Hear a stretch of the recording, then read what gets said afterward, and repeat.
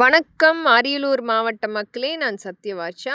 இந்திய அரசியல் அமைப்பு ஆலோசகராக பணியாற்றி வருகின்றேன். அனைத்திந்திய அண்ணா திராவிட முன்னேற்ற கழகம் ஒவ்வொரு தொகுதி ரீதியாக, மாவட்ட ரீதியாக மக்கள் ஒரு எழுச்சியாக கொண்டாடி கொண்டிருக்கின்றார்கள். அனைத்திந்திய அண்ணா திராவிட முன்னேற்ற கழகத்தின் ஆட்சி வரப்பட வேண்டும் என்று.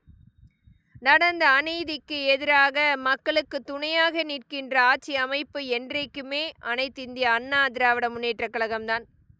நடந்த ஒவ்வொரு சம்பவத்துக்கும் முழுமையாக கடினமான சட்டமாக கொண்டு வந்து தண்டிக்கப்படுவார்கள். நம்பிக்கையுடன் காத்திருங்கள் மக்களே. இன்றைக்கு பெண்களுக்கும் குழந்தைகளுக்கும் நடந்த அநீதிக்கு கடுமையான சட்டம் கொண்டு வரப்படும்.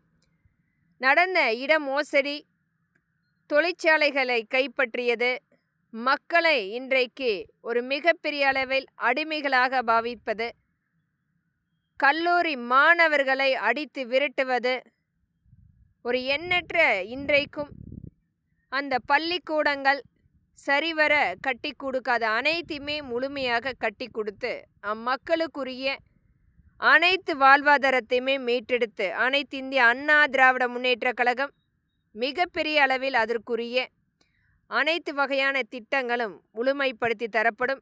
இன்றைக்கு மத்திய அரசால் கொடுக்கப்பட்ட 7 லட்சம் கோடியை முழுமையாக கைப்பற்றிய இந்த திராவிட முன்னேற்ற கழகம் எந்த விதத்திலுமே மக்களுக்கு நலத்திட்டங்களை கொண்டு வராமல் வெறும் விளம்பர போஸ்டர்களை மட்டுமே பேனர்களாக அடித்து ஒவ்வொரு இடத்திலுமே விளம்பரம் மட்டுமே 5 வருடங்கள் விளம்பரத்தை மட்டுமே பார்த்த நமக்கு கண்டிப்பாக இந்த திராவிட முன்னேற்ற கழகத்தை விரட்டியடிப்போம்.